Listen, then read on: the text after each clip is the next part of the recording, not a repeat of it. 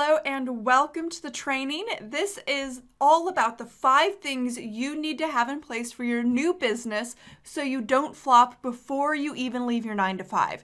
I am so excited about this topic because this is something I get asked about all the time, and I thought, you know what, I'm just going to put together a training.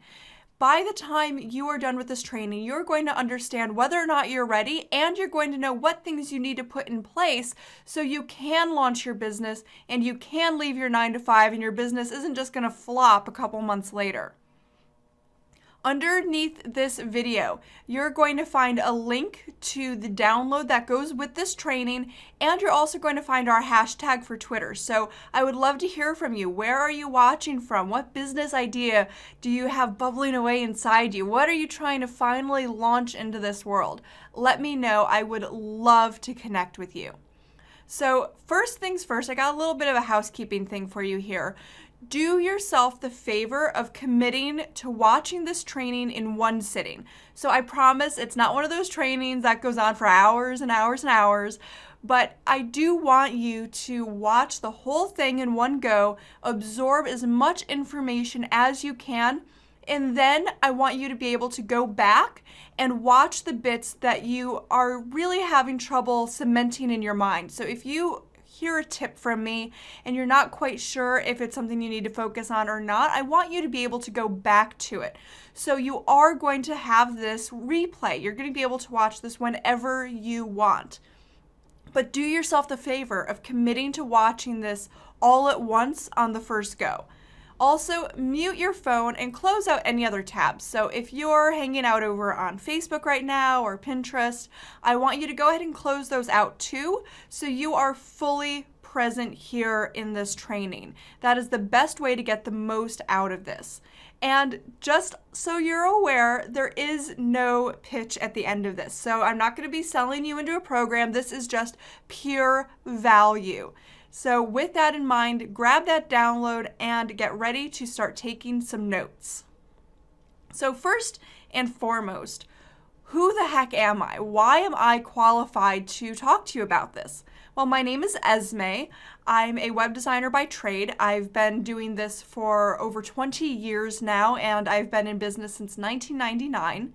I have built and grown multiple businesses, both for myself and for clients. I am currently a strategic business and marketing coach, which means I go into people's businesses and I help them get to the next level, no matter what that level is. And we do it with strategy. We do it with strategic business ideas and sound marketing advice. I currently also run marketing and product development for Peter Shankman. He is one of my biggest clients, and we've been working together now for about 18 months now, and it's really exciting to see how his brand and business has changed since we started working together. I have been a Huffington Post contributor. I've also been featured on Virgin, where I would write articles about marketing and branding for Richard Branson. And I've also been featured in Travel and Leisure, Yahoo, and several other publications. I absolutely love traveling, yoga, art, wine, and Downton Abbey. Now, why are you here? You're here because you're tired of working your butt off building someone else's dream. You crave the financial and the location freedom that you cannot get at your 9 to 5, and you know that you're not going to get that. And you also don't want your future to be controlled by your boss's whims or moods. You're tired of feeling scared and feeling like, I can't say this, I can't have my best ideas out there, I can't make myself vulnerable because what if my boss decides to fire me? So it's the worst feeling in the world, for me at least, and for many other entrepreneurs I know, to have your future dictated by your boss. So it's the absolute worst thing. And I would trade all of the money in the world for being able to have the freedom to create my own future and not be at someone else's whims. I want you to know, before we really get into the meat of this training, if you have tried to start a business before but you have failed, it's not your fault. It is so important that you know that it is not your fault. There are so many websites out there. There are so many resources out there, and it feels really overwhelming. We are living in an age where there is so much content in the world, and we can just get it all at our fingertips. But we don't know if it's quality content unless we know about our subject matter. And if you're new to business, if you've never had a business before, you don't necessarily know what's good and what's bad. So it's not your fault if you've tried this before and it didn't work out. I want you to know that there's so much misinformation out there and you have no idea who you can trust. And I want to be that person for you. I want to be that trusted advisor. That is why this training is just pure value. And that's why I'm sharing things that I've experienced, that my clients have experienced, because I know that there is value in learning from others, from the people who have been there before. And me personally, I feel once you've had any measure of success in business, it's your responsibility to help others who are just getting started.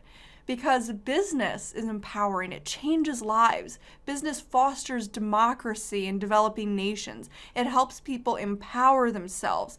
And so when you get to a certain point, it's your responsibility to help those who are just getting started.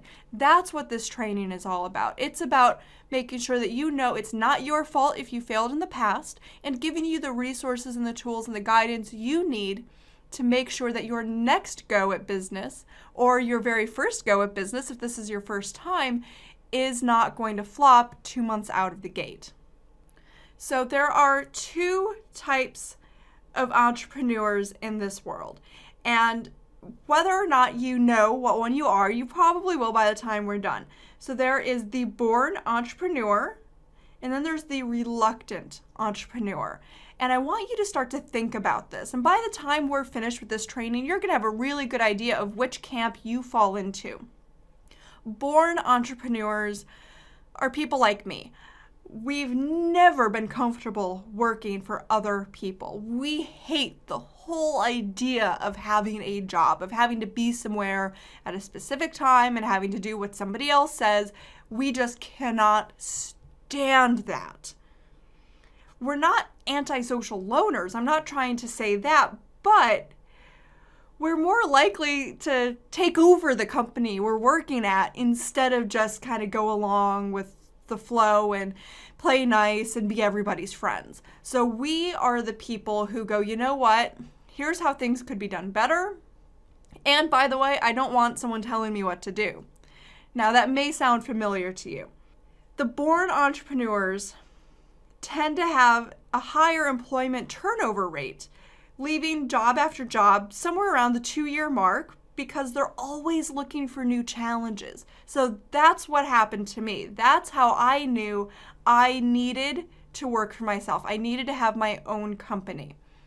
I have been in business as a freelance web designer since the 90s, but I have had other jobs in the middle because, maybe things weren't going so well with clients. Maybe I got bored. There was one time actually I needed to do this because I have some health issues and I needed to rehabilitate myself. So I got a job working at a coffee shop where I was on my feet all day.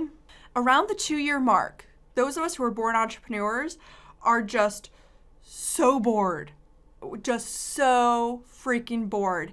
And we want to leave, but maybe we don't have the financial resources to do so. Maybe we've got a family to take care of and we need to put their needs first. So even though we are bored out of our skulls, we just keep sticking it out. You will suddenly find the entrepreneur who is the born entrepreneur going, you know what, I'm done with this. It's time to step out on my own. Those of us who are born entrepreneurs tend to hit this threshold where we're just like, you know what, I'm tired of this BS. It's time to prioritize what I want out of life. And then there are the reluctant entrepreneurs. These are the ones who are stuck caring for seriously ill spouses, aging parents. You'll suddenly find single mothers desperate to feed their children after their spouses have left them.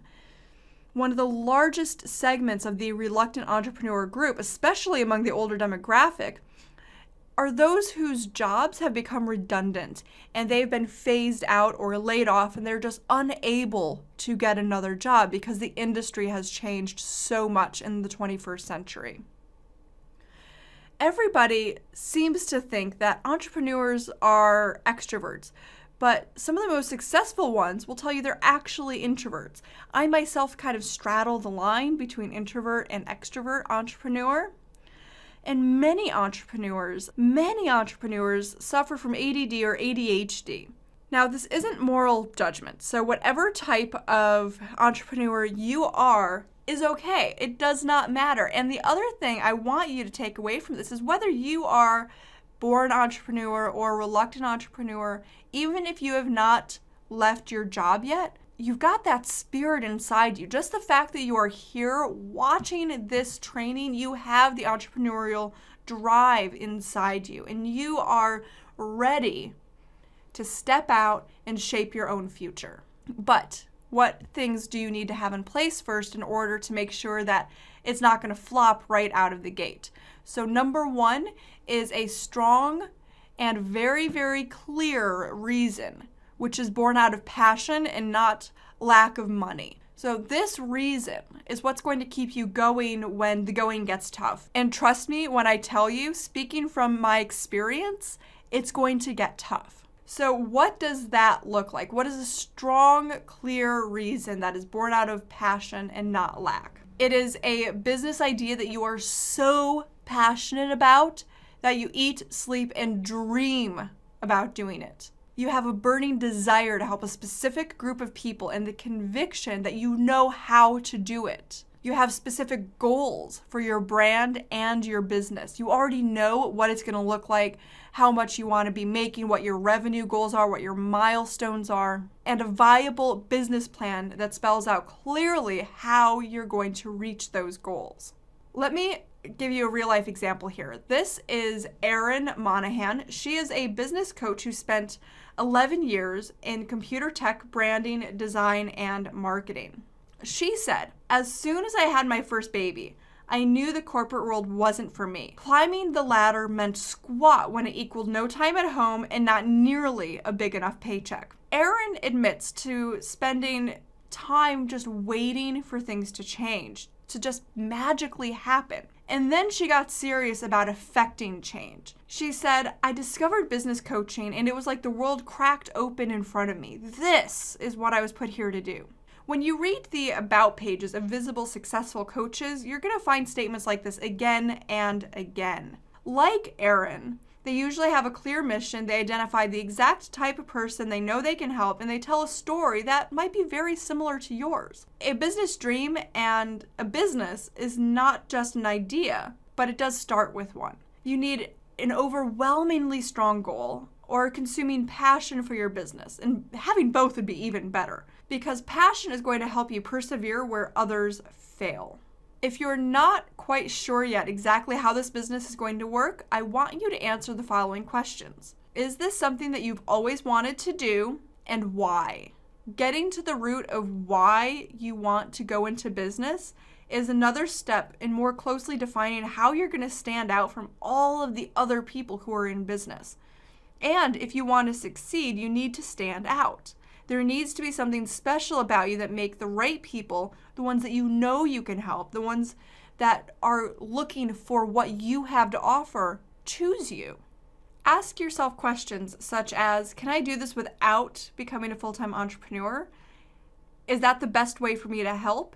And is that the most effective business model? And so if you're having trouble coming up with specific ideas and questions to ask, I want you to pay attention to the following.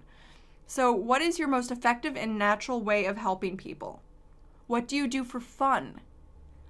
What have you experienced and do really, really well that you take it for granted? What others are always asking you for help with? What has no one else thought of in this area? Think up some obvious business ideas here for you and take some extra time. Let it gel for a day or two and brainstorm some more to kick it up a notch until you find yourself something that you're excited about. Because excitement is going to make this even better for you. Excitement is going to connect with your audience. It's going to make you a better entrepreneur and is going to keep you going when times get tough. Then I want you to think about this. Does your business idea tap into all of these questions? So all of these 5 questions, does your business idea tap into them? Is it specialized or is it generic? Because specializing is going to help you stand out. That's going to be more unique. And with that, let's go on to number 2. You need to have a realistic grasp of your business idea's viability. And that's what we're going to be talking about now. How do you know if your idea will hold water? Now, emotion, which is why most of us become entrepreneurs, is a wonderful fuel for the engine, but you need a strong, well-oiled engine and a sound vehicle to put it in if you want the vehicle to run. You should be able to hit all of these check boxes before you tell yourself it's time to abandon your day job. So that means you need to know that there's demand for your services or products among a paying market. You need to have a clear idea of who you are serving as well as how you are serving them. You need to have a business plan that includes how much income you need to make and when and what your milestones are. You need to have a plan for growth and expansion and your exit strategy. So are you hoping to sell the business, or is this something that you intend on doing for the next 10 or 20 years? You need to have a mission statement. So what is the mission of your business? What change are you hoping to affect in the world? You need to have a master business manual, a dedicated place to work where you won't be disturbed. And trust me, this one is harder than it sounds. You need to have adequate startup capital and assets to keep you going before you turn a profit. You need to have a budget and a source of income. And you need to have evidence that your idea is viable. That takes me to number 3, which is a well-researched business idea that stands out. So what sets your idea apart from all the others out there? There's unfortunately no shortcut to this step. What people accept happily from you for free, you now need to ensure can move into a paying market. You need to know the range of fees. You need to know what your competitors are doing. You need to know their business models. So you're going to have to ask yourself some hard questions. Am I going to be overcharging in a saturated or cash-poor market? Am I going to be undercharging while attempting to walk at the top with high-end clients? How much am I comfortable charging? Why? And is this a competitive price? What benefits can I bring, or advantages do I have, or disadvantages compared to my competitors? Nobody is ever going to be 100% sure of how a market is going to work. But following a methodical qualification path will at least help you get a realistic picture of the viability of your idea, as well as help you see alternate ideas if your first one does not pan out. Finally, you need to investigate, and you need to put into place all the mechanics of setting up a business. What type of company do you need to create? Do you need to be a C Corp or an LLC? You're going to need a business bank account. What's involved with that in your jurisdiction? You need to make sure that you satisfy any local government regulations. Do you need a bookkeeper or an accountant, or can you get by with software? These are all very basic business skills that you need to take care of and acquire before you can viably step out on a limb and completely shunt your day job. Next up on our list is an active support network, because you could brave this new territory alone, but why when there are so many people who have been there before you? If you do your due diligence thoroughly and really take the time to figure out how you can not only specialize but stand out, and if you're able to create real buzz about your business, you can reach the goals much more quickly than you ever thought you dreamed. And part of that comes with having an active support network. Now, without having the right support, you can still reach your goal, but it's going to take you so much longer, and your frustration level is going to be very, very high. This is not just a question of, is my best friend or my kids or my husband cheering me on? And very often they're not. And women still succeed as entrepreneurs under those conditions. But when you have a support network, you can really start to figure things out faster, and you can move further through this process. Now, a common perception is that every new business needs at least 2 years to turn the corner from struggling to successful. I have experienced this in my own business, and I can tell you the businesses that I started with an active support network, they got going much faster and they were much more profitable. In order to really reach the goals much more quickly than you ever dreamed, you are going to have to actively invest and build up a support network. And so that might look differently based on your goals in your business, but I suggest that everybody starts with a coach. And it's important to figure out exactly what type of coach you need. Having your own coach, one who's been where you're starting and has succeeded, they've made it to the next level, who has contacts, resources, tips, is one of the best ways to accelerate your success and leverage a support system. But you don't want one just at the very, very beginning, not just when you finally have that idea, because hiring a coach too soon is like paying for an Olympic figure skating coach when you're still working on standing up on the ice. A beginner class, a training, a program would be much more appropriate at that stage of your business. But the right coach at the right time can help you streamline and target your new business in a way that can equal up to several years of business experience that you otherwise would have struggled through alone. Number 2 is a peer group. And this is where you can get a lot of free or relatively inexpensive support. You can join professional organizations that are specific to your discipline. Online and mastermind groups are the way to go. These typically cost much less than individual coaching. Many mastermind groups offer levels specific to your needs. So if you're just starting, there are groups out there to help you with that. If you have been in business now for a year and you're still struggling to get to that consistent income level, there's groups to help you with that. And also, many of these organizations already have the ear and the attention to people who are even further along in their journey. People who can come in and they can mentor people as a group.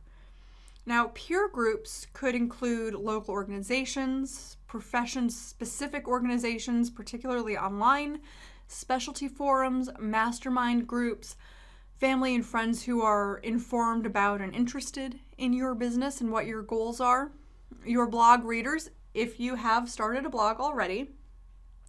When you do this right, especially when you do the last item, especially when you start a blog, you can get a lot of feedback, insight, and input from your audience, the audience that you are building. The next thing you need to have in your support network is a mentor. Now, a true coach is one who is going to help you figure out your solutions, whereas a mentor is someone who keeps an eye on you, shows you how to do things, and helps you in a more hands-on way. They give more actionable, tactical advice, whereas a coach is going to be guiding you through the process of finding the advice yourself. Sometimes this mentor is an expert who's already successful in the field that you want to be successful in, and they take an unofficial interest in you and gives you a nudge here and there.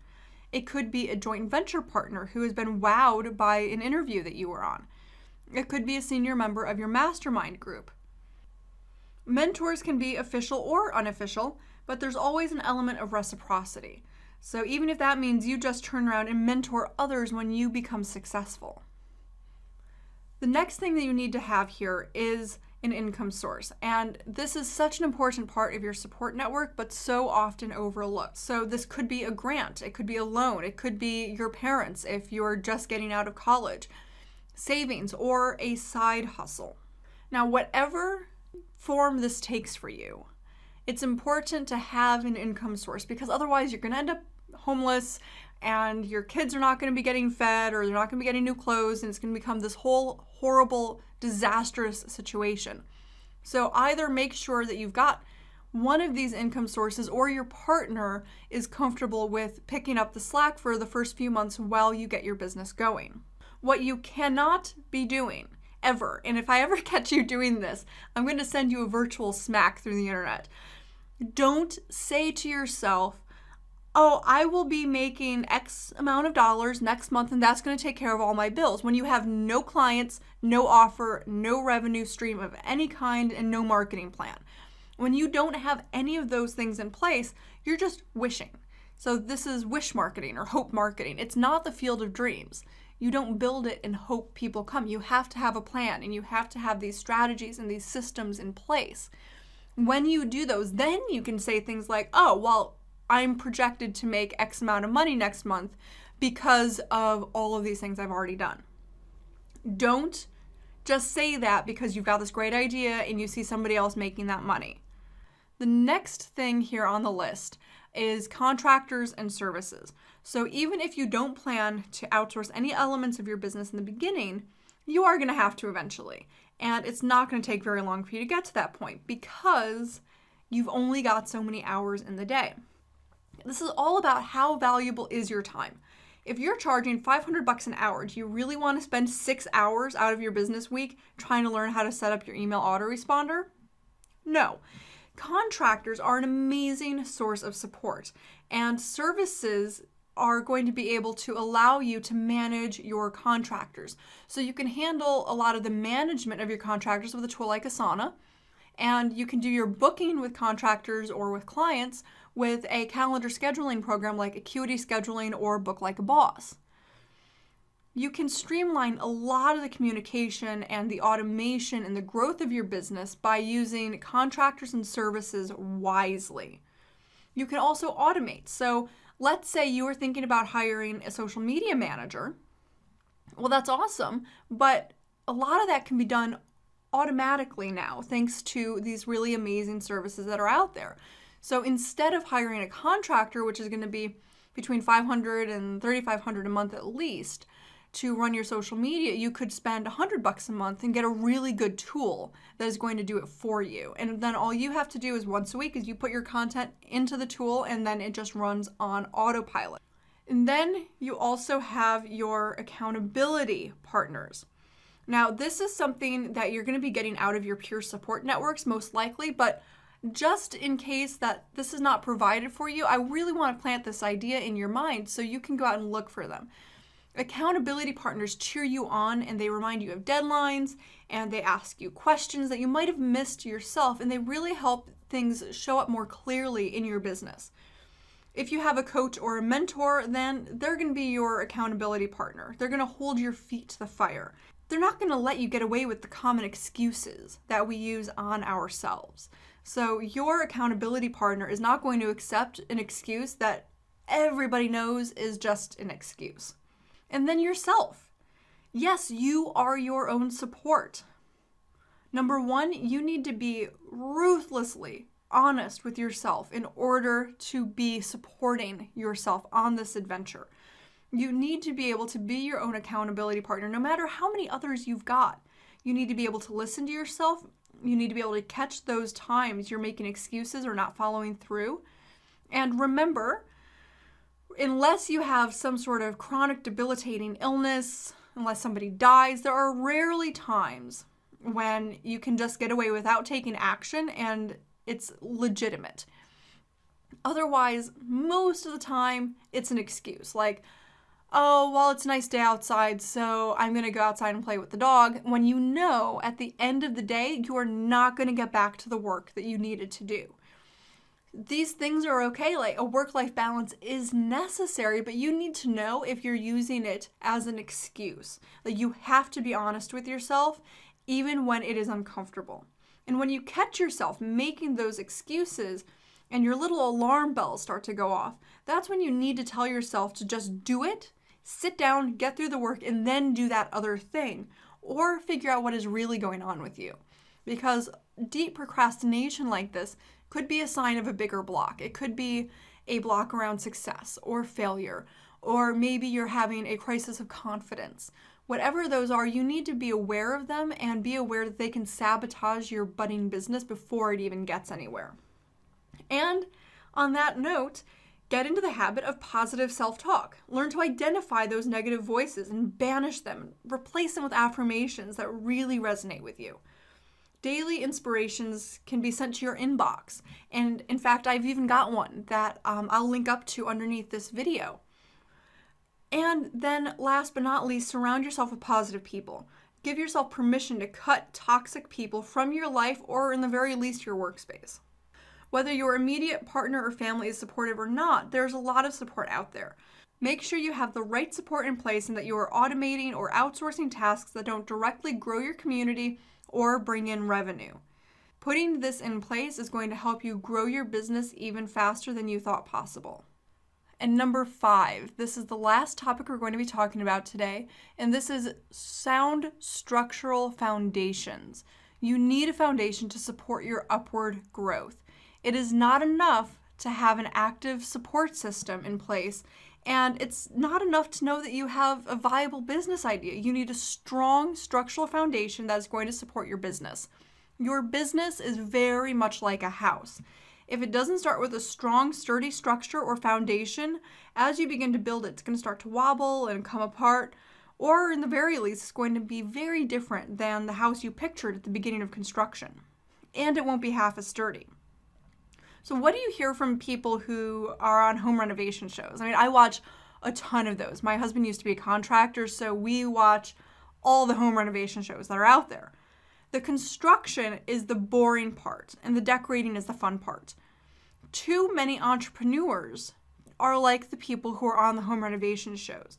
They focus on the fun part, the decorating, and they neglect the boring part, which is the structure and the plan. So what do you do when that happens with a house? So your house is going to wobble. It's going to end up differently. It's going to end up with a cracked foundation and a leaky roof. It'll fall down completely. So you need to make sure that you're taking care of the essentials. And to do that, you need to know what those are. So first, you've got your legal, local, federal government requirements, your business plan, your research, your startup capital, and your basic income support. You also have your follow-through and your daily action. So you have to be consistently taking action and moving forward. If you're not doing something every single day to be moving your business forward, if you don't build that into your plan, you're going to end up halting your growth and you're not going to get very far before you decide this isn't working. What are your habits? Do you have good, strong habits? What are your routines? Are you sabotaging yourself? Are you doing things that you know are not in the best interest for your business, but you keep doing them anyway? Take time to understand what those are and make a plan to stop doing them and replace them with strong structural habits that are going to help you move forward. You also have self-discipline. So this is the ability to sacrifice and stick to your plan. So this is not going out with the dog at noon because it's beautiful and sunny, and this is working through your presentation instead and getting a pitch ready for a new client. Self-discipline is going to carry you so far in business, I cannot even tell you. And then you have your commitment. Are you committed to taking action, to going when the going gets tough? Are you committed to keeping on? Are you committed to finding ways past obstacles? Are you committed to keeping your goal in sight and heading straight for it, even though you know that things are eventually not going to go as planned? And your foreknowledge. You already know most people don't become successful overnight, but once you start taking action, it can quickly snowball. And then you have your determination. So your ability to get past blocks such as fear or perfectionism, so you can just start seeing evidence of success. This has been a huge one for me, and I am so proud of myself for finally putting things into the universe that are not perfect. Done is better than perfect. And that is part of being determined to make this business work. You have to be determined to show up and to be successful in order to actually be successful. You also need to have a clear grasp of your potential negative traits and how are you going to overcome them, as well as what your strengths are. So don't just focus on the negative here because you're just going to drag yourself down and you're going to increase imposter syndrome. Focus also on what you're really good at. And alternatives. You need to know, what are you going to do if the babysitter is sick? When a client cancels, what are you going to do if you end up in the hospital? Is your business still going to function when you have the flu? You need to make plans for the alternatives. And then protocols. You need to be anticipating situations and set down protocols for how you or your assistants are going to deal with them. So this is included in all of your contracts, your forms, your systems. You need to have everything in place so that when something comes up, you are ready to deal with it. Most of this should be inside your master business manual, and that is going to include your mission statement, your contact information for key positions, your emergency plan, so who's going to take over and run things if you're unexpectedly out of commission, your protocols, so I just mentioned these, so your policies, refund policies, guarantees, how do you want your staff to respond in each situation, your style guide, so your fonts, your headline colors, formatting instructions, logo, anything related to your brand needs to be in there. And also your passwords and logins. So if you have anybody on your team, you need to have some way for your team members, for your support staff to log into the services that they need to do their jobs. How are you doing this? Put that in your master business manual along with the link to your password manager. So I use LastPass. Make it available to them so they know where they can go and get access to all of the information that they need so they can log in and do what they need to do.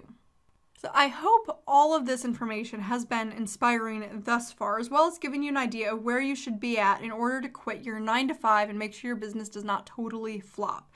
Really, you need 3 things. You need basic income support. So no matter how that looks, as long as it works for you, make sure you've got that. You need passion. Your business should energize and inspire you, which is going to energize and inspire everybody who comes into contact with it. And above all, you need persistence.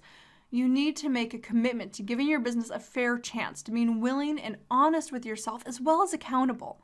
And you need to stand up for your dream. And I want to leave you with this. I want you to celebrate your successes. So this journey that you're on is going to be hard enough. You don't need to make it harder on yourself by minimizing the things that are awesome and the things that you win at. No matter how small your successes are, I want you to celebrate them. Each one is a milestone. It's a marker. It's an indicator that you have found your path and you are well on your way to your destination. You are going to make mistakes. You are going to fail at some point at something. Everybody does. Everybody who tries to start a business fails. And I've honestly failed more times than most people I know have even started. But entrepreneurs understand that these are valuable learning experiences. You get to learn something new about your business, about your capabilities. And entrepreneurs don't hesitate to see problems as challenges instead of disasters. If you're ready to take the leap, I want you to watch your email for the next few days because I have resources that I'm going to be sending you that are going to help you get your business going.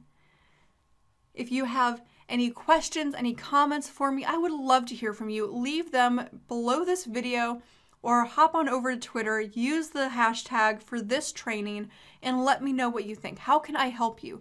Don't hesitate to reach out to me for any reason whatsoever. I would love to be part of this journey because I know how exciting and scary it is to start a business. And it's my mission to help people empower themselves by setting the right strategies, systems, and revenue streams that will change their lives. Thank you so much for watching, and I will see you soon.